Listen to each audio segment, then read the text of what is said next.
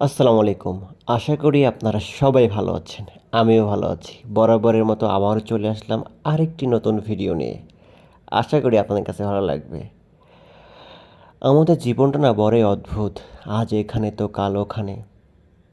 দেখেন রাঙামাটি যাওয়ার পথে আমি যখন নদীপথে লঞ্চে যাই, তখন দেখতে পাই যে পাহাড়ের গা ঘেঁষে একেবারে নদীর কিনারায় গড়ে উঠেছে ছোট, ছোট কুঁড়েঘর। সেখানেই সাধারণ মানুষের বসবাস।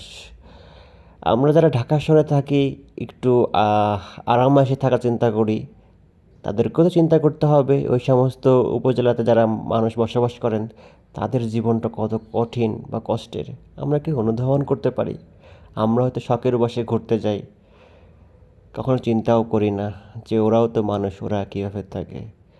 যাই হোক, এসব উপলব্ধি কখনো মানুষের হবে কিনা জানি না। আজ এই পর্যন্তই। ভালো থাকবেন সবাই। আসসালামু আলাইকুম।